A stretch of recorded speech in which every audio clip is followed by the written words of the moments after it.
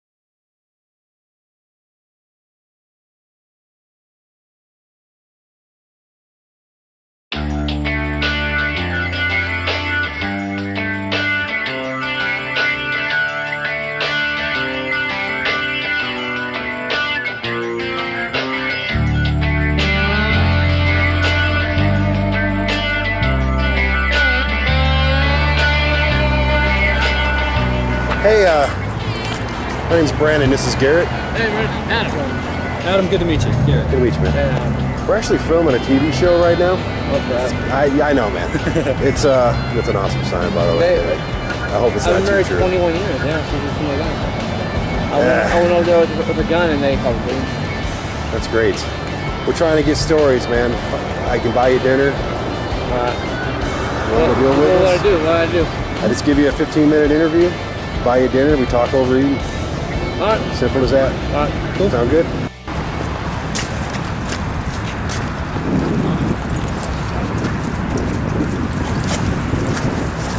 You hungry? Yeah. What'd you like? I don't know, whatever. We can sit in the front. Not McDonald's. Oh, yeah.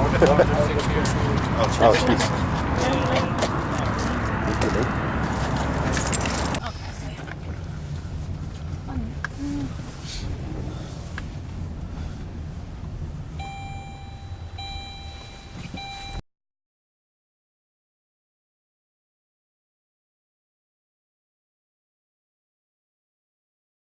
So tell us about yourself. Where are you originally from? This time Indiana. Oh, originally, where'd you grow up? Every state besides North Dakota. Oh, yeah? We were military, so I've been everywhere. Army, Air Force? Army. Dad, mom? My dad. Yeah? What brought you to Colorado? My kids. They found me on Facebook. Oh, how many kids do you have? 4.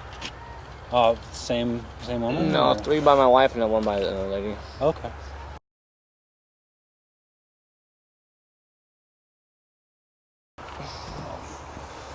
And so I've been here about 4 years. Okay. You said you came here from Indiana? Yeah. Last place I went to Trinidad. That's where the kids were at. Okay. And then I have a 12-year-old I just saw for the first time in 10 years the other day. He's in Whitefield. Yeah? That's my other kid's mom. Yeah? Tell us about that, seeing him for the first time. Did you get to go out and do anything? First time. I was crying. Yeah? Did they search you out, or did you find them? So it's my kid's mom. Her brother saw me on Facebook. Okay. And so he's like, yeah, call him. He said, they want to see him. I'm like, they do? Like 10 years? He said, yeah, we're in Whitefield. I said, I know where you guys are at. So then I called them, and they came pick me up at the shelter. Okay. So they'll want me to go down there and move in with them, but there's 6 kids down there. There's grandkids. There's a whole house full of people. Yeah. So I'm not sure yet.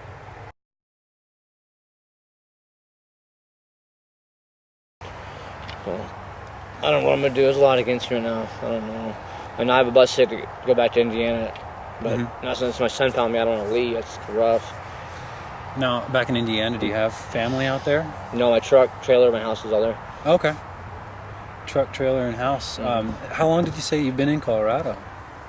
I got here September 2nd, 2010. Okay. Since you've been out here, how long have you been on the streets? Oh, I got out of jail on December 29th. December 29th. Oh, okay. So just a few weeks then. Yeah, 3 weeks. So I called my wife from jail, and she said, "Don't come here. There's a guy here." So I went down to the shelter. Okay. How long have you been with your wife? 21 years. And you said you just got out of jail. What were you in for? Child support. How long were you in? 100 days. 100 days. Prior to that, had you been working? Yeah, I was working at McDonald's. Okay. How long have you been doing that? 6 years. That one, 2 years. The one in 20. I worked the one in 30th. You know what's that? Mm-hmm. Pretty close to it now. Okay.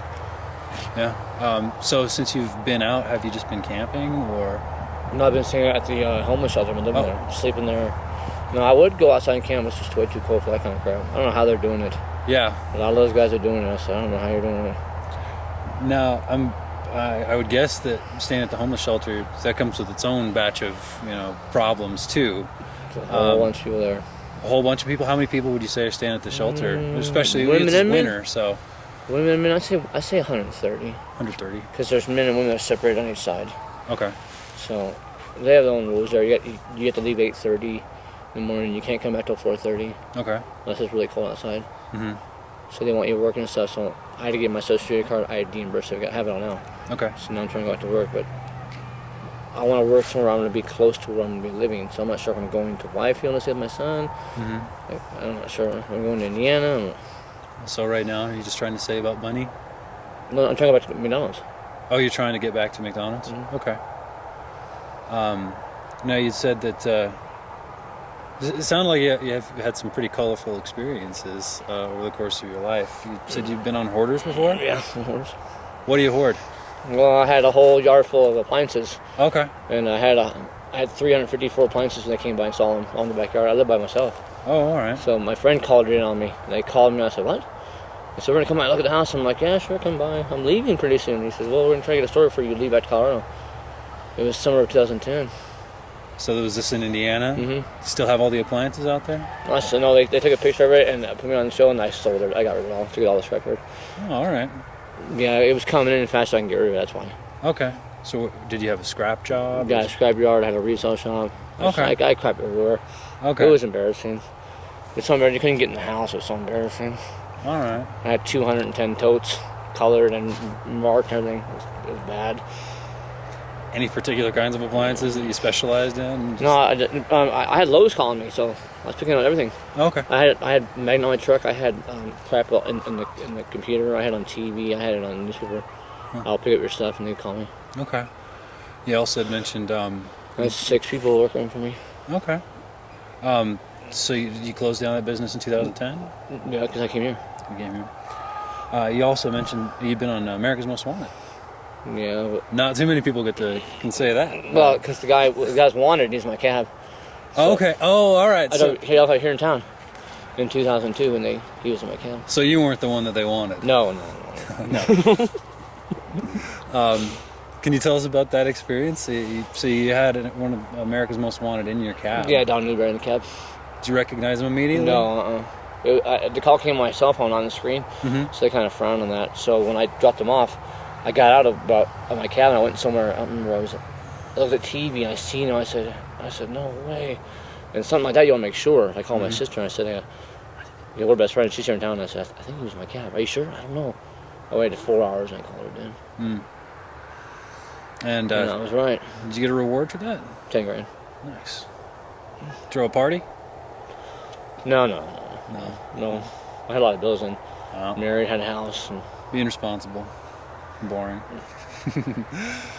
So how, your family here in town, are they helping you out? No. Well, my son's grandparents, he wants me to move in there. Stay with them guys.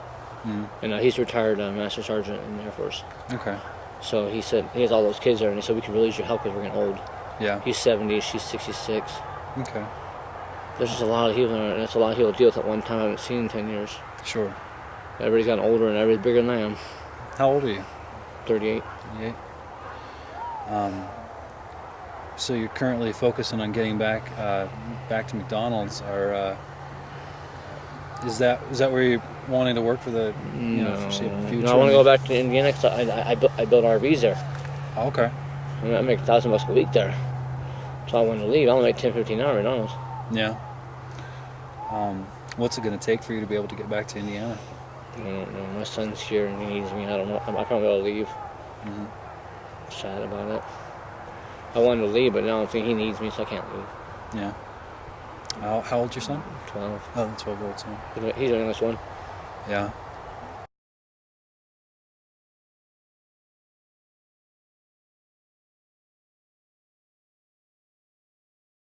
So, prior to just the stint that you're in right now, had you ever been homeless before? Never. No. I couldn't stop laughing at that sign last week. First time I held a sign in my entire life. And I wrote one that says homeless and hungry, and that didn't work. I didn't get $1 off that one. So then I was sitting on Jantown South Circle in front of a utility box, and I was sitting there and I was crying. I was like, man, maybe something that no one ever seen before. Mm-hmm. So I started writing. My wife was with another man homeless. Mm-hmm. And the guy behind me was working at a utility company. He saw me and he said, hey, you hungry? And he said, I don't give you any money, but I'll buy something. I said, yeah, I'm starving. Of course, sitting next to McDonald's, so that's the last thing I wanted to eat. But sure. And so I sat there and I was holding it. I couldn't stop laughing the whole time because it seemed funny. I see everyone else doing it, and I seen these guys, doing too much, and I was like, oh, it's tough. Mm-hmm. And so I already saw a sign. It's something I'd never seen before, so that's what got so much attention on it. And yeah. I shaded in pink, and I blacked it in black, and so people looked at it again, and then they're like, got a lot of attention on that. So you only use those two signs? Homeless? No, well, somebody took that sign. Oh, somebody took it? So now I call that one in today, silver and gold and black. So the more colors you use, the more people will look at it again. So when people will do this and so that's a tough sign. Are you serious?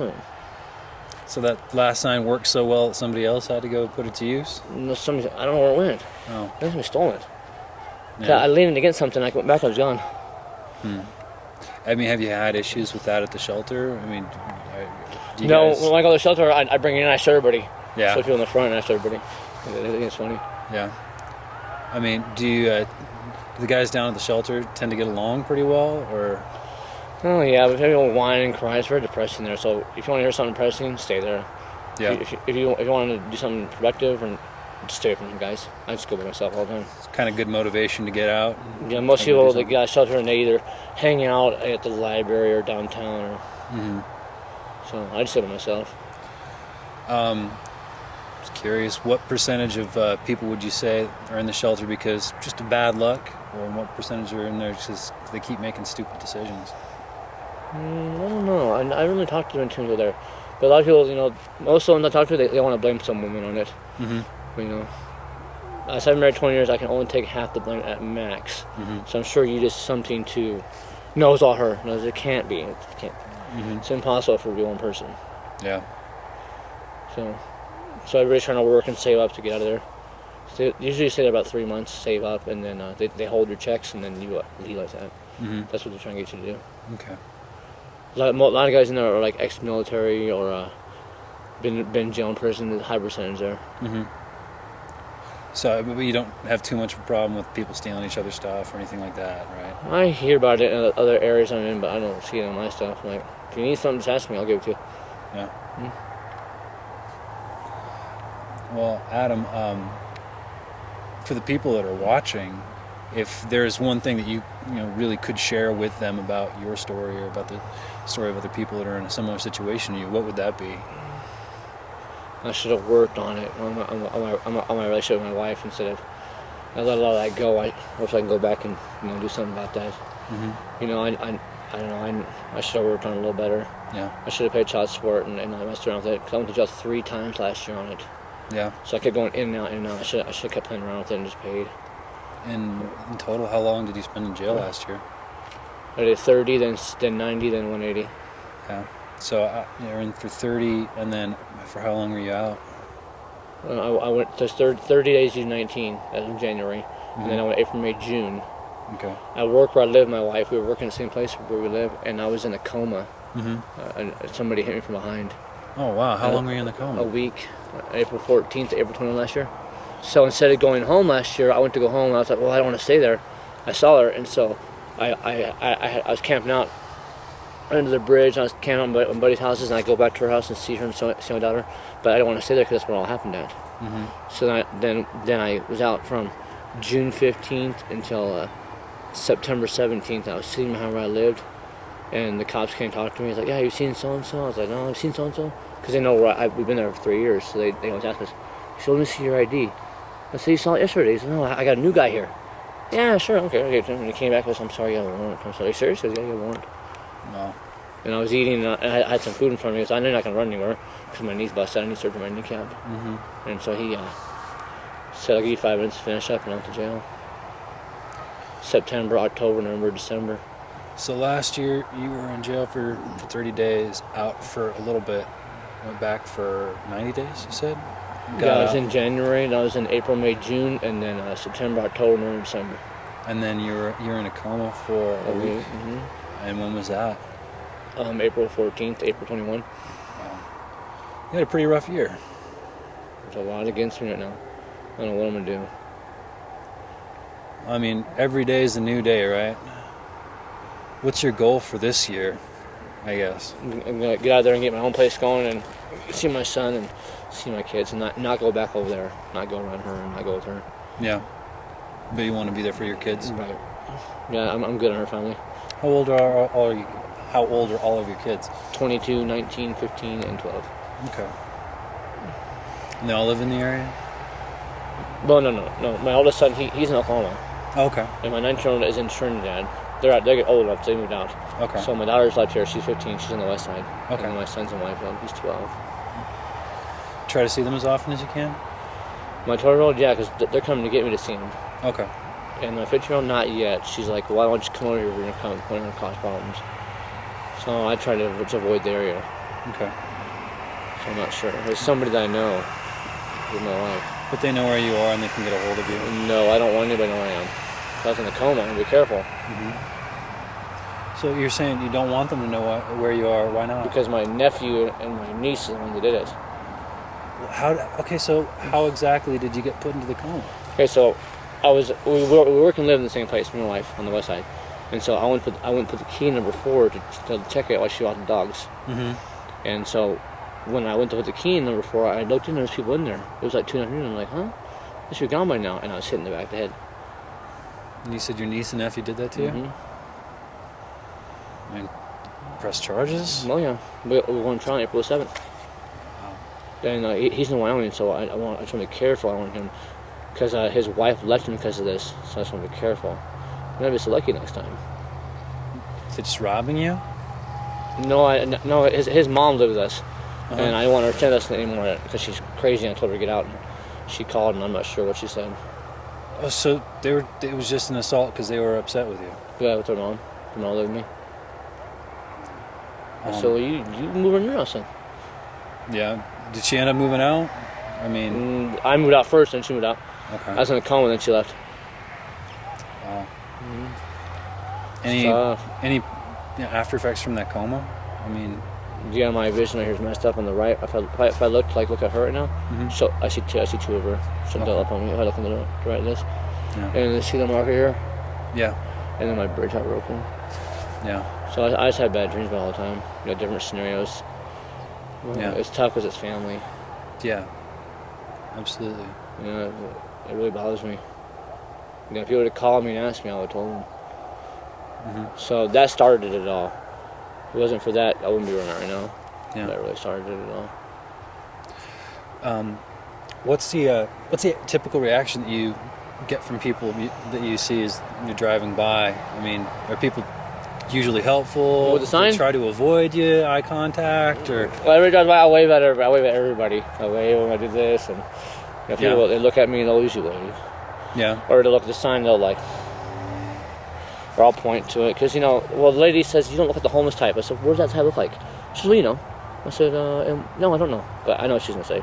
She said more hair in the face and the head, real dirty, drunk, stumbling around. I'm like, all right. So they had their impression of what it is. And she said, well, if I give you any money, what do you do? Go buy booze with it? I said, no, I'm really hungry. I'm going to go something to eat. I said, I'm going to go eat tough. She gives me $14. I went, hey, like I see this. I didn't know from where you saw me. Mm-hmm. So everybody has their own impression of homeless people. Yeah. The bad one, something negative. Yeah.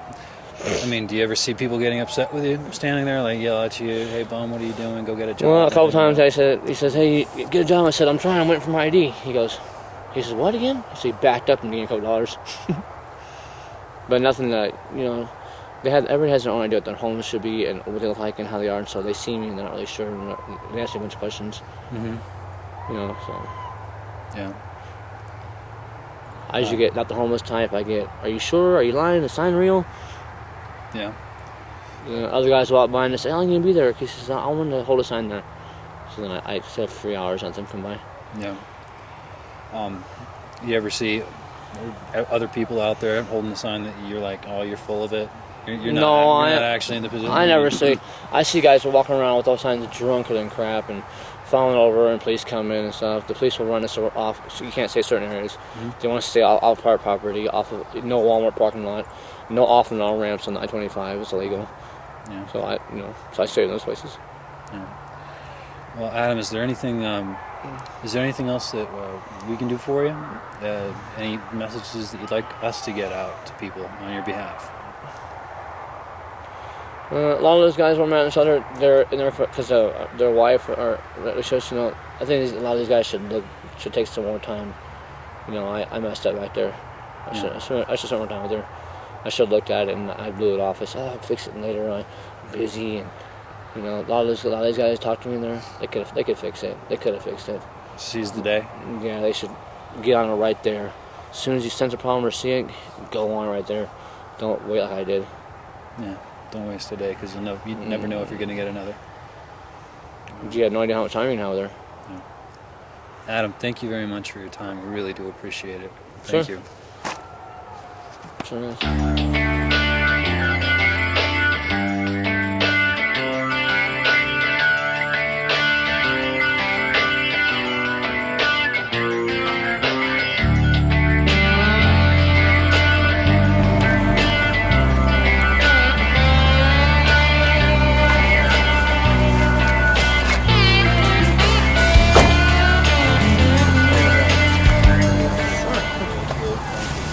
Yeah, if you need some other people to talk about this, there's a couple guys I'd talk to. So just be careful on some, okay? Yeah. You know, some of those guys are they drunk, violent on drugs. So just be careful. Guys. Absolutely will. Because you never you have a really young lady. Especially got two big strapping young men. Well, you know. Well, some of us. Yeah. So my mom, I had no dad. My mom took care of me, so I'm really, kind-hearted, that kind of stuff. Be careful, guys. Sure, guys.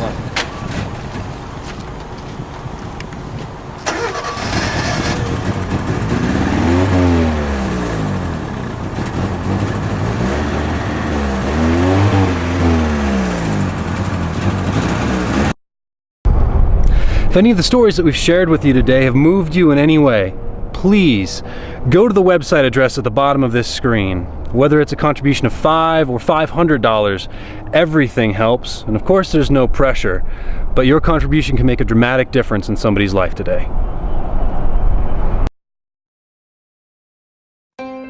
Tough.